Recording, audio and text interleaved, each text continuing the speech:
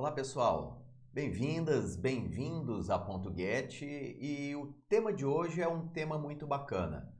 Para o universo dos negócios, muitas pessoas vivem falando, poxa, descobri uma oportunidade gigantesca, esse mercado é enorme, né? Se eu puder aproveitar a oportunidade desse mercado, a minha empresa pode ser milionária ou até bilionária. Ou seja, o que faz uma pessoa decidir se realmente aquele mercado ele é grande o suficiente para justificar investir naquela oportunidade ou não, ou ao contrário, de repente a ideia é muito boa, o modelo de negócios foi desenhado de uma forma muito inteligente, entretanto, o negócio pode não ser tão viável assim do ponto de vista financeiro. Há muitos casos infelizes de negócios que a ideia era ótima, o projeto era excepcional, entretanto não existia mercado suficiente, né? Então as pessoas elas acabavam criando negócios, criando produtos com custo muito caro, muito elevado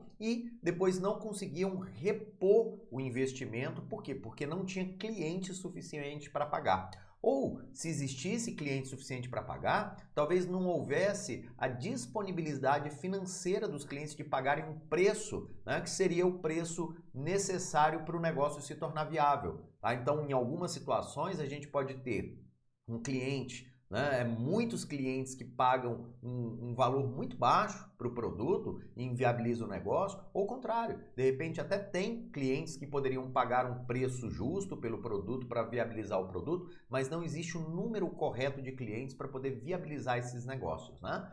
Então, a pergunta de hoje é uma pergunta muito interessante. Você já ouviu falar nesses termos como TAM? Né? Já ouviu falar em SAM? Já ouviu falar em som? Não, ou seja, são três termos, três palavrinhas aí que no universo dos negócios, se você não entende, não compreende com profundidade esses conceitos, pode ser que você esteja dimensionando de forma errada os seus negócios. Então vamos pensar aqui comigo. Tansanson. Tá? Então, imagine que esses três conceitos são conceitos de amplitudes diferentes. O tan representa algo maior, o san contido dentro desse algo maior e o som bem menor contido dentro, né, de todos os grandes. É como se fosse realmente teoria dos conjuntos. Bem, nesse conceito do tan, san, som, vamos entender primeiro o que significam as suas siglas, os seus termos, né, traduzidos para o nosso português, para depois a gente entender na prática como isso poderia funcionar. O TAM, né, o nome aí tá em inglês, tá um nome difícil da gente pronunciar, mas o que importa é que o TAM significa o mercado total, tá? Então, todo o mercado disponível, né? Imagine, por exemplo, se eu estiver falando de alimentação, tá? Ou seja, tudo que gira anualmente em bilhões ou talvez trilhões de dólares no mundo relacionados à alimentação. Tá? E aí, olha, quando eu falo alimentação, eu estou indo para um nível tão amplo que eu posso estar falando de alimentação não só humana, mas eu posso estar falando de alimentação animal também. Né? Então, esses valores ficam ainda maiores. Ou seja, o conceito de TAM, ele está representando para a gente a ideia do total, tá? Total mercado disponível. Lembrando que sempre que a gente for pensar em termos como TAM, como SAM e como SOM, a gente tem que pensar em unidades monetárias. Eu não posso dizer, por exemplo, o mercado de alimentação do planeta Terra, ele é um mercado que atinge 7 bilhões de pessoas. Tá? Ou seja, óbvio, a gente sabe que todas as pessoas do mundo precisam comer. Então, esse mercado é um mercado acessível, total, que inclui todas as pessoas. Mas o que a gente está se questionando aqui não é a quantidade de potenciais clientes que a gente tem, mas o valor financeiro total que é movimentado pela economia globalmente quando a gente fala de um determinado produto ou serviço. Tá? Agora, se eu for restringir um pouco mais, eu entro no conceito de SAM. O conceito de SAM já não é mais aquele mercado total. Ele representa para a gente um mercado que a gente chama de mercado endereçável. Tá? O mercado endereçável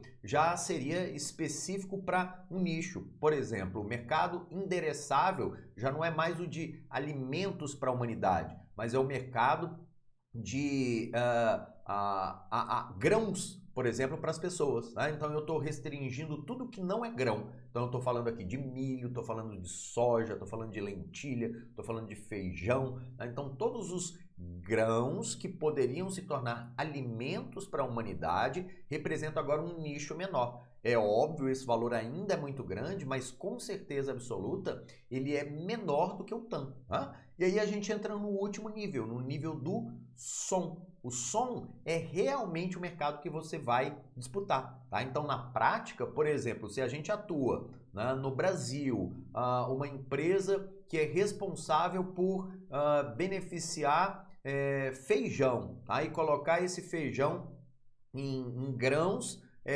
para que sejam vendidos em supermercados, tá? Então, nota que a gente saiu daquele conceito do TAM total, que é todo o dinheiro que movimenta a humanidade do ponto de vista de alimentação. Entramos num conceito bem menor, que era o conceito de todos os grãos, né, que são vendidos no mundo durante um período. E agora eu fui para um mercado muito menor, que é o mercado de feijão ensacado, pronto para o consumo nas gôndolas dos supermercados. E veja que esse valor é muito menor. E por uma empresa que disputa esse mercado especificamente, esse é o seu som, tá? Então não adianta ela tentar disputar o mercado do TAM, sendo que tudo que ela faz está direcionado a oferecer aquele saco de feijão disponível para uma pessoa no supermercado. Então esse é um conceito importante. Muitas pessoas confundem quando estão modelando seus negócios e criam conceitos de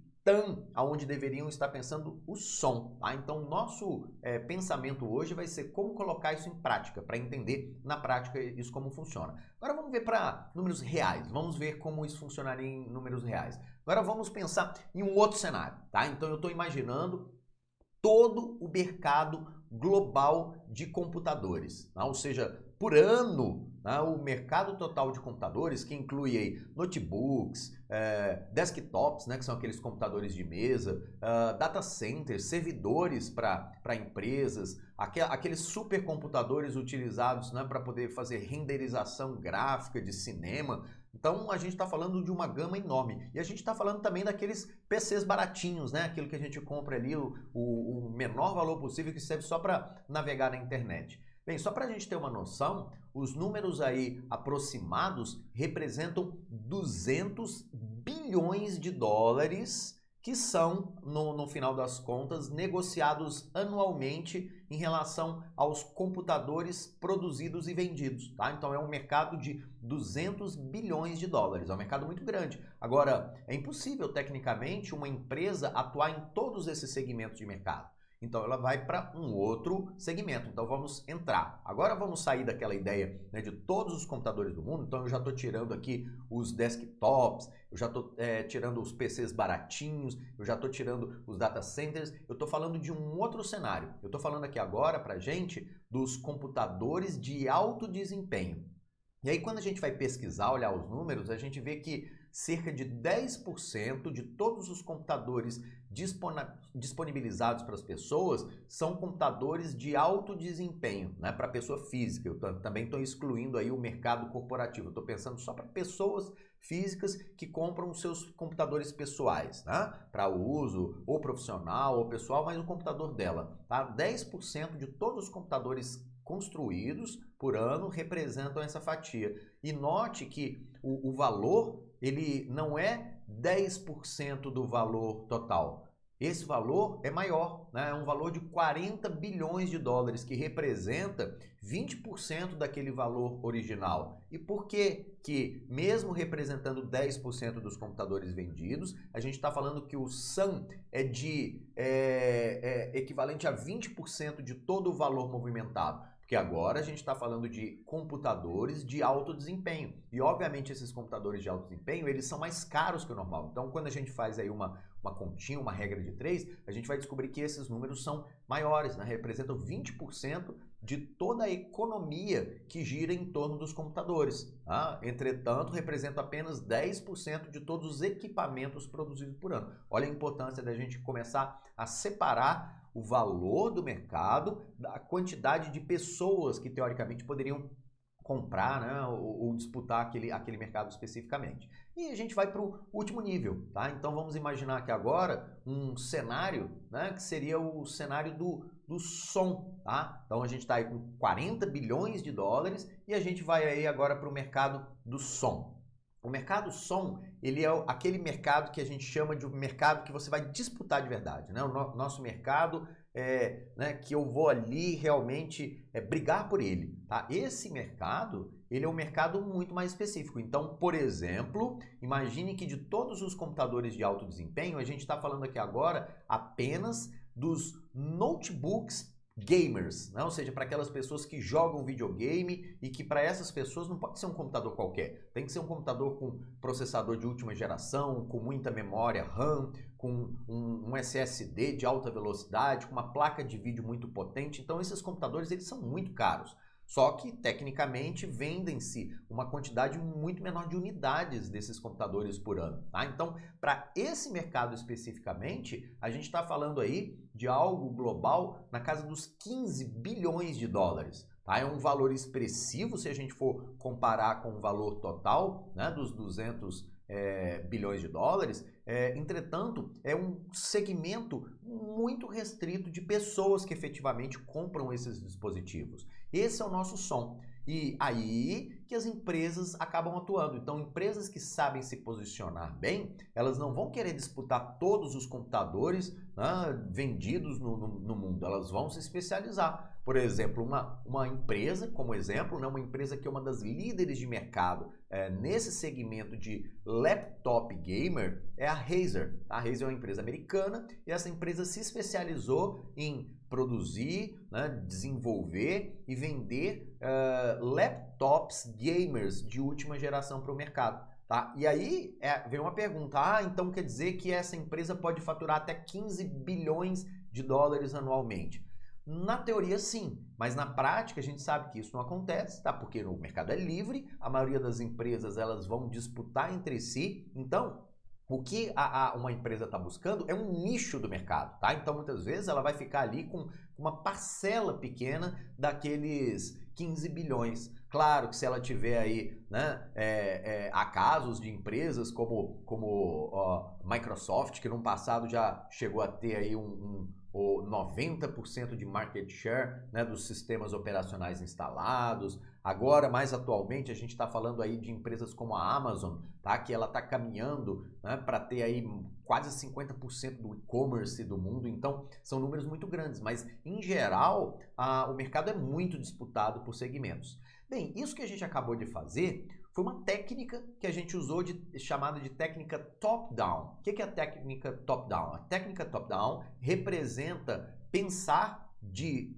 fora do maior valor, né, do TAM, depois você vai para o SAM e depois segmenta para o som. Tá? É uma técnica que você vai refinando o seu mercado até entender o mercado atual. Existe uma outra técnica que é o inverso. Você usa a técnica chamada bottom-up, né, que é de baixo para cima. Então, eu imagino primeiro o cenário, o setor específico que eu quero atuar, depois faço uma expansão, né, para um mercado maior e aí eu faço uma expansão para o mercado total que representa aquilo. Tá? Então, essas duas técnicas são técnicas diferentes. Eu acabei de mostrar para vocês o exemplo da top-down, né? A gente não falou aqui do bottom-up. Entretanto, o ideal é você fazer um cálculo quando você estiver estimando o seu mercado top-down, depois limpa a mente e faz o cálculo, né, do bottom-up e compara os dois valores. Normalmente, a verdade ela não é nem o top-down nem o bottom-up. mas a verdade de mercado ela tem que estar aí no meio do caminho, né? Então é uma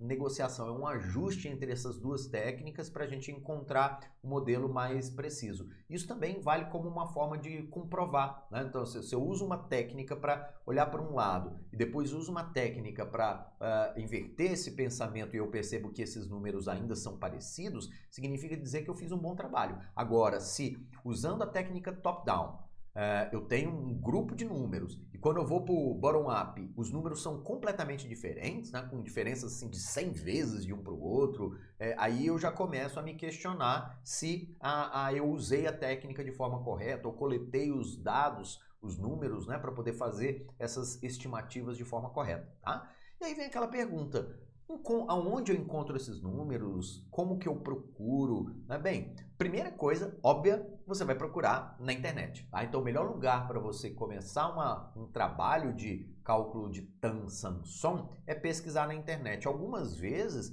pessoas até já fizeram esse trabalho para você. Então, você vai perguntar lá dimensionamento de mercado, Tan-San-Son, do nome específico daquele mercado, pode ser que você tenha esses dados, mas se o seu negócio é inovador, dificilmente essas informações estão disponíveis por aí, porque você é uma das primeiras pessoas a pensar, né? Depois que você procurou na internet, vasculhou na internet, é importante saber que tem um outro lugar muito bacana para você procurar são nas associações de classe, né? Algumas vezes até pela própria internet você consegue contato com algumas pessoas ou nos próprios sites de associações classistas você consegue encontrar essas informações, tá? Então são dados estatísticos, números que eles acabam levantando porque são de interesse das pessoas. A questão é que geralmente as informações mais valiosas e mais estratégicas não são disponíveis tão facilmente, né? Não é só simplesmente chegar lá, clicar e você vai ver. Então você tem que mandar um e-mail, você tem que explicar o porquê que você quer. Algumas vezes, né, algumas associações elas até vendem esses dados, então a gente tem que saber